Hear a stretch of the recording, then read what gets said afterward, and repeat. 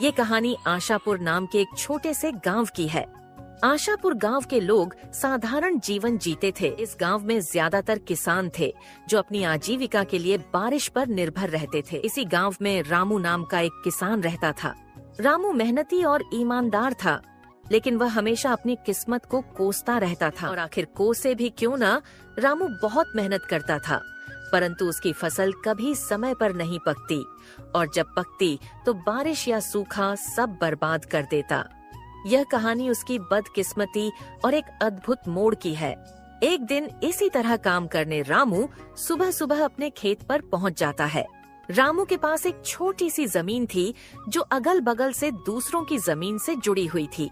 रामू जब अपने खेत पर पहुंचा तो वो देखता है उसके अलावा अगल बगल के खेतों पर काम करने कोई भी नहीं आया है। ये क्या, अब तक कोई नहीं आया? लगता है किसी को कुछ पड़ी ही नहीं है। चलो, अब इनके लिए तो मैं कुछ नहीं कर सकता, पर कम से कम अपने खेत का काम तो कर सकता हूँ। फिर कुदाल लेकर अपने खेत पर काम करने लगता है। काम करते करते सुबह की दोपहर हो जाती है, पर रामू अपने काम करने में इतना व्यस्त था कि उसे तो समय का पता ही नहीं लगता है। तभी थोड़ी देर में उसकी पत्नी गौरी उसके लिए खाना लेकर आती है। सुनते हो, आओ आकर खाना खा लो।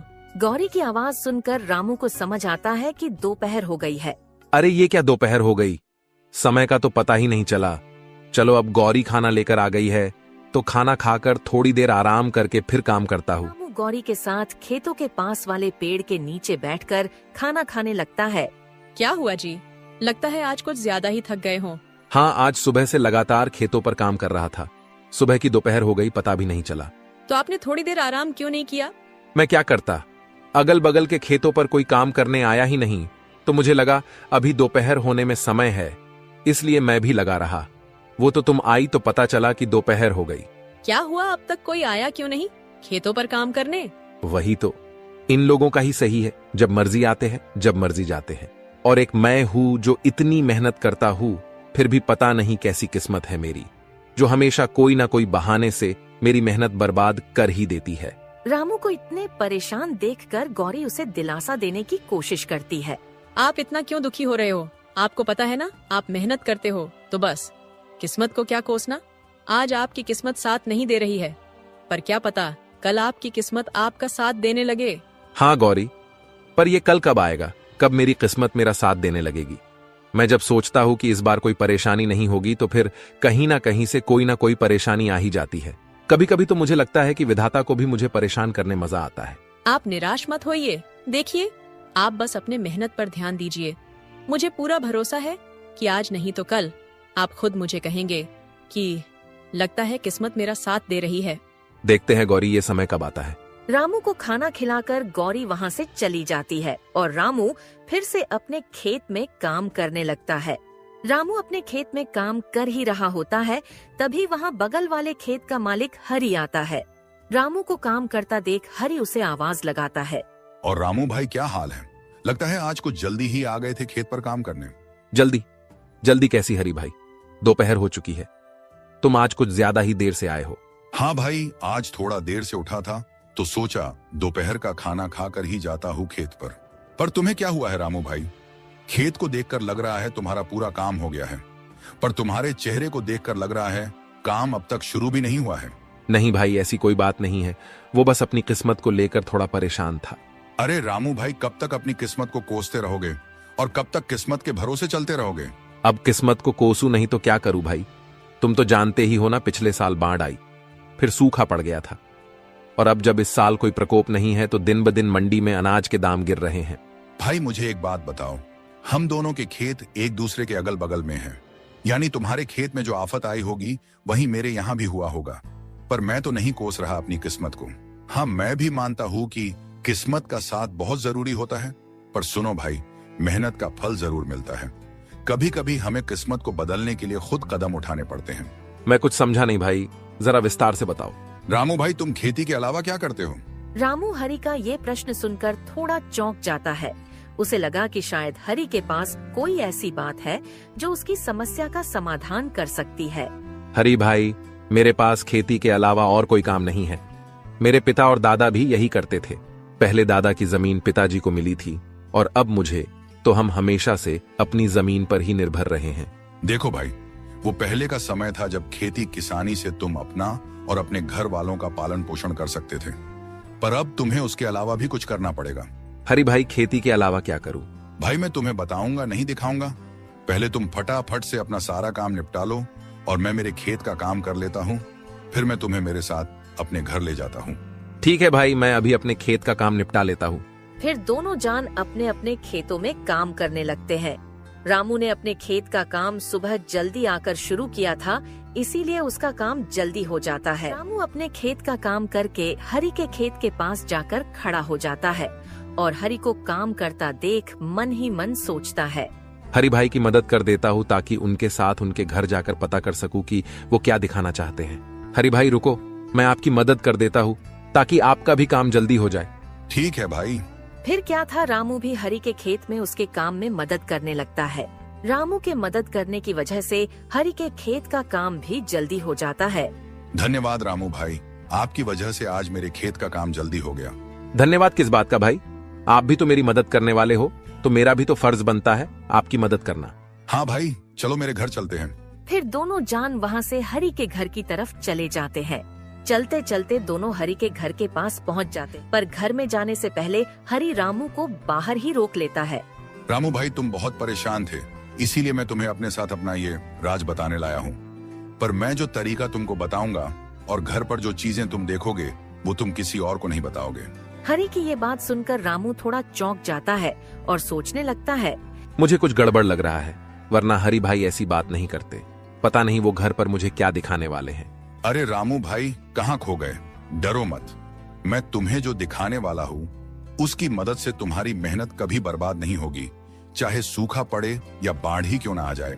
रामू थोड़ा परेशान तो हो जाता है, पर फिर भी वो हरि के साथ उसके घर में जाता है। रामू हरि की बातों से थोड़ा परेशान तो था, परंतु हरि के घर के अंदर का साजो सामान देखकर रामू की परेशानी और बढ़ जाती है। बाप रे बाप, इतना सारा सामान। हरि भाई, तुम्हारा घर बाहर से तो किसी किसान का लग रहा था, पर इसके अंदर का माहौल तो किसी व्यापारी के घर जैसा है।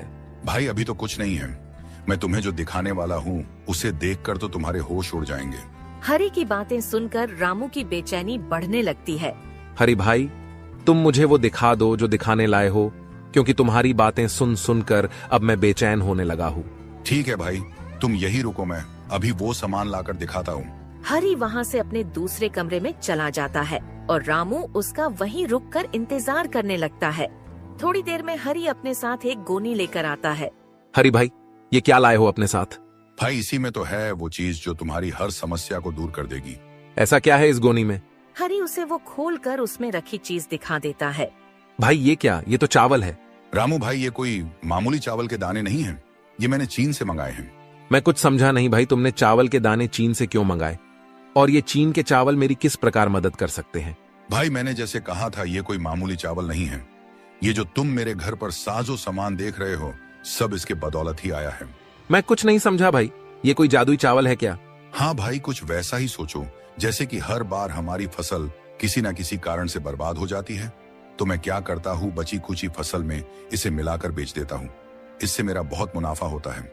रामू को इन चावल के दानों में कुछ गड़बड़ लग रहा था। हरि भाई, ये चावल के दाने हमारे चावल के दानों से अलग है थोड़े। हाँ भाई, क्योंकि ये चावल उगाए नहीं बनाए जाते हैं। यानी ये चावल नकली है? हाँ, कुछ ऐसा ही समझो। पर इसको अगर हम दूसरे चावल में मिला दें तो किसी को पता नहीं चलता है कि ये नकली चावल है, और इसे बेचकर मुनाफा भी तगड़ा होता है। भाई पर ये तो गलत है, ऐसे नकली चावल कोई व्यक्ति खाएगा तो उसकी तबीयत खराब हो सकती है। हाँ, तो उससे हमें क्या, हमें तो इसे बेचकर मुनाफा मिलेगा, हम उसमें खुश हैं। हम दूसरों की क्यों सोचें? जब हमारी फसल खराब हो जाती है, हमारे घर वाले भूखे मरते हैं, तो कोई पूछने आता है क्या?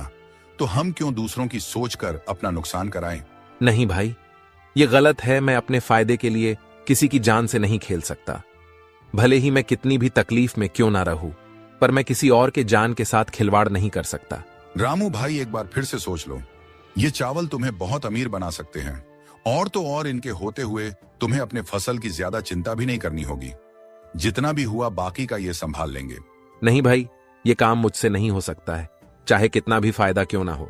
ठीक है भाई, जैसा तुमको सही लगे। हाँ भाई, चलो फिर मैं चलता हूँ। रामू हरि के घर से निकल जाता है। रामू फिर से परेशान होकर अपने घर की तरफ चल पड़ता है। चलते चलते रामू परेशान हालत में एक पेड़ के नीचे आकर बैठ जाता है। अब क्या करूं मैं? अपने नसीब को कोसूं या नहीं? कुछ देर पहले तक लग रहा था कि मुझे कोई नई राह मिल जाएगी जो मेरी किस्मत को बदल देगी, पर आखिर हुआ वही, फिर मेरी किस्मत दगा दे गई। अब मैं क्या करूं? आखिर कब तक इस किस्मत को कोस के काम होगा मेरा? रामू परेशान होकर पेड़ के नीचे अपने आप से बात कर रहा होता है। तभी वहाँ पास से एक साधु बाबा गुजर रहे होते हैं और रामू को इतने परेशान देखकर बाबा उसके पास चले जाते हैं। क्या हुआ बेटा, इतने परेशान क्यों हो? कोई तकलीफ है क्या? रामू बाबा को देखकर चौंक जाता है। नहीं बाबा, कोई परेशानी नहीं है। देखो बेटा, मुझसे छुपाकर क्या करोगे? तुम्हारी शक्ल बता रही है कि तुम बहुत परेशान हो। कोई तकलीफ है तो मुझे बताओ, शायद मैं तुम्हारी कोई मदद कर सकूं। बाबा की ये बात सुनकर रामू सोचने लगता है। इतना तो परेशान हूं और अब कोई रास्ता तो नजर नहीं आ रहा है। एक बार बाबा से बात करके देखता हूं, शायद वो कोई उपाय बता दे। क्या सोच रहे हो बेटा? बोलो, क्या परेशानी है? एक परेशानी तो है बाबा, मैं मेरी किस्मत से परेशान हूं। मुझे ऐसा लगता है वो मेरा साथ कभी नहीं देती है। क्यों बेटा, तुम्हें ऐसा क्यों लगता है? बाबा, मैं एक मामूली किसान हूं जिसका सारा संसार खेती बाड़ी पर निर्भर है और मैं पूरी ईमानदारी से अपने खेत पर काम करता हूं, पर मेरी किस्मत कभी साथ नहीं देती है। कभी बारिश मेरी फसल खराब कर देती है, कभी सूखा पड़ जाता है और किसी साल फसल बच गई तो उस साल मंडी में फसल की दाम कम हो जाती है। बेटा, तो तुम किसानी के अलावा कुछ करने की क्यों नहीं सोचते हो? बाबा, मेरे पुश्ते किसानी ही करते आ रही है और फिर मैं किसानी कैसे छोड़ दूं? और किसानी छोड़ना तो कोई तरीका नहीं है ना बाबा। इसी तरह अगर हर किसान परेशान होकर किसानी छोड़ दे तो लोग तो भूखे मर जाएंगे। हाँ बेटा, यही तो सोचकर तुम्हें और मेहनत करनी होगी। बाबा, मैं मेहनत करने से पीछे नहीं हटता, पर आखिर मेरा भी घर परिवार है। मुझे मेरे अलावा उनका भी देख सोचकर चलना पड़ता है। बेटा, तो जिस तरह तुम परेशान हो उसी तरह तुम्हारे साथ वाले किसान भी तो परेशान होंगे ना। तो तुम सारे मिलकर कोई उपाय ढूंढो। शायद सारे लोग मिलकर कुछ सोचे तो तुम सभी की समस्या दूर हो जाए। बाबा, मेरे अगल बगल वाले में से तो कुछ ने दूसरा रास्ता चुन भी लिया है, खेती से पैसे बनाने का। बेटा, तो तुम उनसे पूछो और उनका तरीका अपना कर देखो, शायद तुम्हारा भी काम बन जाए। नहीं बाबा, मैं वो रास्ता नहीं चुन सकता, मुझे वो सही नहीं लगा। क्यों बेटा, ऐसा क्या कर रहे हैं वो जो तुम्हें सही नहीं लग रहा है? बाबा की ये बात सुन रामू सोचता है। अब क्या करूं? बाबा को हरी भाई वाली बात बता दूं? किस तरह वो लोगों की जान के साथ खिलवाड़ कर रहे हैं? बता देता हूं, पर हरी भाई का नाम नहीं लूंगा क्योंकि आखिर वो मेरी मदद करने की कोशिश ही कर रहे थे। हाँ बाबा, मेरे जान पहचान में एक किसान भाई बहुत गलत काम कर रहे हैं। क्या गलत कर रहे हैं, जरा मुझे भी बताना तो। बाबा, आज मैं सुबह उनसे मिला था और आपकी तरह मुझे परेशान देखकर उन्होंने भी मेरी मदद करने की सोची। उनकी भी खेती का काम है जो हर साल मेरे तरह कुछ ना कुछ कारणों से खराब हो जाती थी, तो उन्होंने एक नया उपाय सोच लिया है बचे कुचे अनाज के साथ पैसे कमाने का। ऐसा क्या करते हैं बेटा वो बचे हुए अनाज से? बाबा, उन्होंने चीन से चावल मंगा लिया है और वो उन्हें अपने बचे हुए चावल के दानों में मिला देते हैं, जिसे बेचकर वो बहुत पैसे कमा रहे हैं। हाँ, तो बेटा इसमें क्या गलत है? तुम भी चीन से मंगा लो और उनके ही तरह बेचो। नहीं बाबा, आप शायद समझे नहीं। वो चावल जो चीन से मंगाते हैं वो मामूली चावल नहीं है, क्योंकि उन्हें उगाया नहीं बनाया जाता है। रामू की ये बात सुनकर बाबा चौंक जाते हैं। क्या कहा बेटा? चावल जिन्हें उगाया नहीं बनाया गया है, यानी वो नकली चावल है? हाँ बाबा, वो चावल नकली होते हैं और उन्हें अगर अपने चावल के दानों में मिला दो तो पता ही नहीं चलता कि नकली कौन सा है और असली कौन सा। बेटा, पर ये नकली चावल तो लोगों की जान ले सकते हैं ना। हाँ बाबा, इसीलिए तो मैंने वो रास्ता नहीं चुना, क्योंकि मैं अपने फायदे के लिए किसी की जान नहीं ले सकता, भले ही इसके लिए मुझे और कितना भी परेशान क्यों ना होना पड़े। वाह बेटा, क्या खूब बात कही तुमने। तुमने अच्छा किया वो रास्ता नहीं चुनकर, क्योंकि अभी तो तुम्हें शायद फायदा हो भी जाता, पर बाद में तुम्हें तुम्हारी गलतियों पर पछताना पड़ता। हाँ बाबा, मेरा भी परिवार है। अगर मैं ये गलत काम करूंगा तो कल मेरे परिवार के साथ भी कुछ गलत हो सकता है। हाँ बेटा, हमारी गलतियों की सजा कभी कभी हमारे परिजनों को भी भुगतनी पड़ती है। बाबा, अब आप ही बताइए, आखिर मैं क्या करूं? मेरी किस्मत के तारे में कैसे सुधारूं? आखिर मेरा भी परिवार है, मुझे उनका भी तो सोचना पड़ेगा। बाबा बेटा, तुम मेरा एक काम करो तो मैं तुम्हें इस समस्या से बाहर निकलने में मदद करूंगा। बोलिए बाबा, मैं क्या करूं? मैं आपके सारे काम करने तैयार हूं, बस आप मुझे इस समस्या से बाहर निकालिए। बेटा, तुम्हें कुछ ज्यादा नहीं करना है। तुमने कहा ना तुम्हारा भी परिवार है, तो तुम्हें बस उनसे जाके ये चीन के चावल वाली बात बतानी है, क्योंकि तुमने अपना सोचकर मना कर दिया। पर क्या तुमने अपने परिवार वालों से पूछा इस बारे में? नहीं बाबा, नहीं पूछा किसी से भी। तो एक बार उनसे पूछकर देखो उनका इस बारे में क्या कहना है। फिर कल सुबह तुम मुझे यही मिलना, मैं तुम्हारा इंतजार करूंगा। ठीक है बाबा, मैं मेरी पत्नी से इस बारे में बात करके आपको कल सुबह यही मिलता हूँ। फिर क्या था, रामू वहाँ से अपने घर के लिए निकल जाता है। रामू घर पहुँचते ही सबसे पहले अपनी पत्नी गौरी को आवाज लगाकर बुलाता है। गौरी, मैं खेत से आ गया हूँ, जरा यहाँ आना, तो तुमसे एक जरूरी बात करनी है। रामू की आवाज सुन गौरी वहाँ आती है। हाँ बोलिए, आपने मुझे बुलाया? हाँ, मुझे तुमसे कुछ जरूरी बात करनी थी। बोलिए, क्या बात करनी है? गौरी, तुम तो जानती हो हमारी खेती से कुछ समय से हमें कोई मदद नहीं मिल रही है। हाँ, आज दोपहर को तो आप बता रहे थे, वही ना? हाँ गौरी, वही। पर आज तुम्हारे जाने के बाद मेरे साथ एक घटना हुई जिसके बारे में मुझे तुम्हें बताना है। आज जब तुम चली गई, तुम्हारे जाने के बाद वहां मेरे एक किसान भाई आए और मुझे परेशान देख उन्होंने मुझे मेरे परेशान होने का कारण पूछा। तो मैंने सारी बात बता दी। पर गौर करने की बात यह है कि जो हाल मेरा था कुछ वैसा ही हाल उनका भी था, पर उन्होंने इस परेशानी से निकलने का एक रास्ता ढूंढ लिया है। क्या बात है? कौन है वो? और आप उनसे वो तरीका क्यों नहीं पूछते? इससे आपकी भी समस्या दूर हो जाएगी। कौन है वो मत पूछो, मेरे एक शुभ चिंतक ही समझ लो। पर पहले तुम मेरी पूरी बात सुन लो। मैंने जब उनको अपनी समस्या बताई तो उन्होंने उससे निकलने का रास्ता तो बताया, पर वो रास्ता थोड़ा अटपटा है। अटपटा? ऐसा कैसा तरीका है, मुझे बताइए जरा, मैं भी तो सुनो। जैसे मेरी फसल कभी बारिश की वजह से खराब हो जाती थी तो कभी सूख जाती थी, वैसे ही उनकी भी हालत थी। पर अब वो चीन से चावल मंगाते हैं। क्या कहा? चीन से चावल? हाँ गौरी, वो चीन से चावल मंगाते हैं और फिर उनको अपने पास बचे हुए चावल के दानों में मिला देते हैं और बाजार में बेचते हैं। इससे उन्हें बहुत फायदा होता है और किसी को नहीं समझता कि असली कौन सा है और नकली कौन सा। रामू की ये बात सुनकर गौरी थोड़ा आश्चर्य में पड़ जाती है। मैं कुछ समझी नहीं, असली चावल नकली चावल? हाँ गौरी, चीन से लाए हुए चावल नकली चावल होते हैं। उन्हें उगाया नहीं बनाया जाता है और वो काफी सस्ते मिलते हैं। उन्हें सस्ते में लाओ और अच्छा मुनाफा कमाओ। पर नकली चावल तो खाने में जानलेवा साबित हो सकते हैं, तो ये तो बहुत गलत बात है, अपने मुनाफे के लिए किसी की जान लेना। हाँ, मुझे भी ये गलत लगा तो सोचा एक बार तुम्हारी भी राय लेकर देख लेता हूँ, क्योंकि मेरी इस परेशानी से तुम भी तो परेशान हो और सिर्फ मेरे मना करने से अच्छा है एक बार तुम्हारी भी राय लेना मुझे सही लगा। नहीं जी, हम एक बार के लिए भूखे सो जाएंगे, पर किसी के साथ ऐसा धोखा करके पैसे कमाना बहुत गलत होगा। आज हम चैन से सो जाएंगे, पर कल उन गलतियों का भुगतान हमें किसी न किसी तरह चुकाना ही पड़ेगा। गौरी की ऐसी बातें सुनकर रामू बहुत भावुक हो जाता है। वाह गौरी, मुझे आज तुम पर बहुत नाज हो रहा है, क्योंकि तुम भी बिल्कुल मेरी तरह सोच रही हो। चलिए ये सब बातें छोड़िए, इन गलत बातों को अपने ऊपर हावी मत होने देना। आप और मेहनत कीजिए, देखना बहुत जल्द आपको कामयाबी मिलेगी। फिर क्या था, गौरी की ऐसी बातों ने रामू का हौसला और बढ़ा दिया था। फिर अगली सुबह रामू बाबा से मिलने अपने घर से निकलता है। रामू जब वहाँ पहुँचता है तो बाबा वहाँ नहीं होते हैं और बाबा को वहाँ नहीं पाकर वो थोड़ा मायूस हो जाता है। ये क्या, बाबा तो यहाँ नहीं है? अब क्या, कहाँ से मिलेगा मुझे मेरी परेशानी का हल? रामू अभी अपने आप से बातें कर ही रहा होता है, तभी बाबा अचानक से प्रकट हो जाते हैं। आ गए बेटा तुम।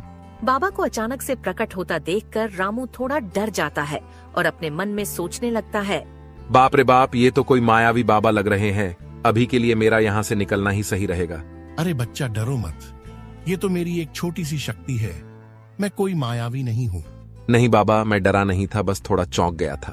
बोलो बेटा, क्या तुमने वो काम किया जो मैंने तुमसे कहा था? हाँ बाबा, मैंने मेरे पत्नी से उन चीन के चावल के बारे में बात की और उसे ये भी बताया कि इनसे हमें बहुत फायदा होगा, पर उसकी सोच पूरी मेरी तरह है। उसने भी ये गलत काम करने से मना कर दिया। उसने तो ये तक कहा कि हम एक समय पर भूखे रह सकते हैं, पर किसी के साथ इस तरह धोखा करके पैसे नहीं कमा सकते। रामू की ये सारी बातें सुनकर बाबा बहुत प्रसन्न होते हैं। ये तो बहुत अच्छी बात है बेटा कि तुम्हारी घर वाली की सोच बिल्कुल तुम्हारी तरह है। बाबा, अब आप मुझे कोई तरीका बताइए जिससे मेरी समस्याएं दूर हो सके। हाँ बेटा, रुको, मैं तुम्हारे लिए कुछ लाया हूँ जिससे तुम्हारी सारी समस्याएं दूर हो जाएंगी। बाबा फिर उसे एक पोटली देते हैं। बाबा इस पोटली में क्या है? बेटा, इस पोटली में जादुई मिट्टी है। तुम बस इस मिट्टी को ले जाकर अपने खेत में छिड़क देना और फिर उसके बाद अपने अनाज के बीजों को छिड़क देना। फिर कमाल देखना। पर एक बात याद रखना, मिट्टी कम कम छिड़कना, और जब पोटली की मिट्टी खत्म होने वाली हो तो अपने खेत की मिट्टी इसमें मिला देना। इस पोटली को कभी खाली मत होने देना। ठीक है बाबा, मैं आपकी सारी बातों को याद रखूंगा। ठीक है तो बाबा, मैं चलता हूँ। रामू फटाफट से जाकर अपने खेत में मिट्टी छिड़क देता है। चलो, अब मिट्टी तो छिड़क दिया, अब फटाफट से बीजों को भी छिड़क देता हूँ। रामू सारे खेत में जल्दी जल्दी बीज छिड़क देता है। चलो, बाबा के कहे अनुसार मिट्टी भी छिड़क दी और बीज भी। चलो अब घर चलता हूँ। कल सुबह जल्दी आकर एक बार खेत का जायजा ले लूंगा और जादुई मिट्टी का कमाल भी देख लूंगा। फिर अगली सुबह रामू सुबह सुबह अपने खेत पर पहुंच जाता है और अपने खेत की हालत देखकर चौंक जाता है। उसका खेत पूरा हरा भरा हो चुका था। उसे अपने आंखों पर यकीन नहीं हो रहा था। आखिर बाबा की बात सही हो गई। अब इस जादुई मिट्टी से मेरी सारी परेशानियां दूर हो जाएंगी और आखिर गौरी की बात भी सही हो गई। अब किस्मत भी मेरा साथ देगी। दोस्तों, इस तरह रामू और गौरी के नेक दिली ने उनकी बदकिस्मती को बदल दिया और अब उन्हें अपने